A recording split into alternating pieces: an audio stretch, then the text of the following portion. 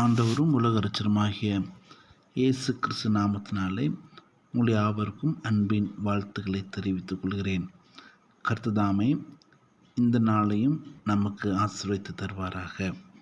இன்றைய நாளிலும் சிந்தனைக்கென்று எடுத்துக்கொள்ளப்பட்ட வேத பகுதி சங்கீதம் 86ஆம் அதிகாரம் 17ஆம் வசனத்தினுடைய பின்பகுதி. சங்கீதம் 86ஆம் அதிகாரம் 17ஆம் வசனத்துடைய பின்பகுதி.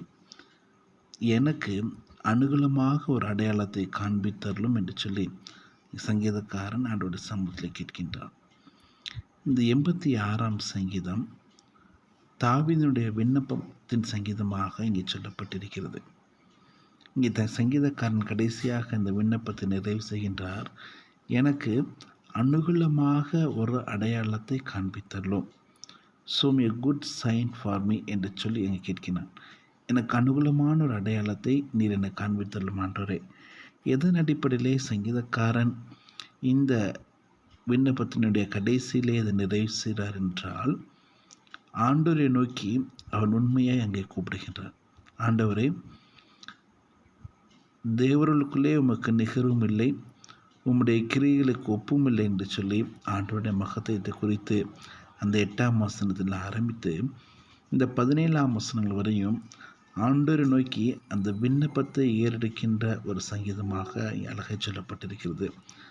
தேவனை விடாமல் தொடர்ந்து ஆண்டவரை நோக்கி கூப்பிடுகின்ற மனிதனாகவும், ஆண்டவர் மீது முழு விசுவாசம் வைத்து ஆண்டவரை உண்மையாய் நோக்கி கூப்பிடுகின்ற ஒரு மனிதனாகவும் இங்கே சங்கீதக்காரன் அங்கே ஒரு விண்ணப்பத்தை ஏறெடுக்கின்ற சங்கீதமாக சொல்லப்பட்டிருக்கிறது. ஏனென்றால் ஆண்டவருடைய மகத்தான காரியம் சங்கீதக்காரன் சொல்கின்றார்.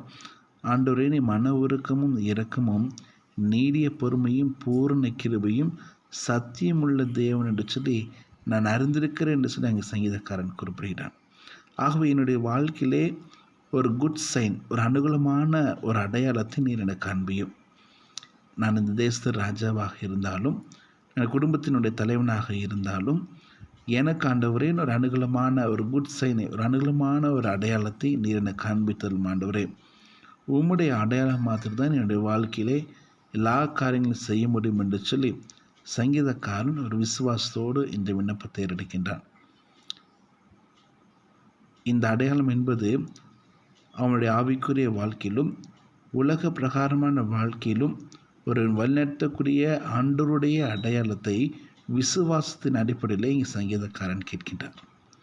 ஆக ஆண்டவரை, கர்த்தர் எனக்கு ஒரு அடையாளத்தை, ஒரு அனுகூலமான ஒரு அடையாளத்தை காண்பித்தருள வேண்டும். ஏனென்றால் அவருடைய கிரியைக்கு ஒப்பான எந்த கிரியிலும் கிடையாது, தேவர்களுக்குள்ளே உமக்கு நிகரும் இல்லை என்று சொல்லியும் அங்கே ஆண்டவரை குறித்து அங்கே சொல்லுகின்றார். ஏனென்றால் நான் துயரப்படுகிற நாளிலே நான் உம்மை நோக்கி கூப்பிட்டேன், நீர் என்னை கேட்டருள், நீர் என்னுடைய விண்ணப்பத்துக்கு எல்லாத்திற்கும் கர்த்தர் செவி கொடுத்தீர். அது மாத்திரமல்ல, என்னுடைய உம்மை நோக்கி கூப்பிட யாவர் மேலும் நீ மிகுந்த கிருபையுள்ள தேவன் என்று சொல்லி நான் அறிந்திருக்கிறேன் என்று சொல்லி அங்கே சங்கீதக்காரன் குறிப்பிடுகின்றார். ஆகவே என்னுடைய வாழ்க்கையிலே உம்முடைய அடையாளம் மாத்திரம்தான் என்னுடைய வாழ்க்கையிலே வேண்டும் என்று சொல்லி இங்கே சங்கீதக்காரன் இந்த விண்ணப்பத்தை நிறைவு செய்கின்றான். இன்றைக்குமாக நம்முடைய வாழ்க்கையிலும் ஆண்டவருடைய அடையாளத்தை நாம் பெற்று வாழ்கின்ற மக்களை நாம் காணப்படுவோம். எத்தனை விதமான அடையாளங்கள் நம்முடைய வாழ்க்கையில் காணப்படலாம். உலக பிரகாரமாக மனிதன் நம்முடைய வாழ்க்கையில் அடையாளத்தை கொடுக்கலாம். ஆனால் ஆண்டவரை, கர்த்தரை நாம் உண்மையை நோக்கி கூடும் பொழுதும், அவர் மீது விசுவாசம் வைத்து நம்முடைய வாழ்க்கையை நாம் அர்ப்பணிக்கும் பொழுதும், ஆண்டவரே, நீர் எனக்கு ஒரு அடையாளத்தை, ஒரு அனுகூலமான ஒரு குட் சைனை என்னுடைய வாழ்க்கையிலே கர்த்தரை காண்போம் என்று சொல்லி அவரை நோக்கி நாம் பார்ப்போம். இன்றைய நாளிலும் அப்படிப்பட்ட ஒரு சிந்தனைக்குள்ளாக நம்முடைய வாழ்க்கை அர்ப்பணிப்போம். கர்த்தர் ஒரு புதிய ஒரு அனுகூலமான அடையாளத்தை நம் ஒவ்வொருடைய வாழ்க்கையிலும் கர்த்தர் தந்துள்வாராக.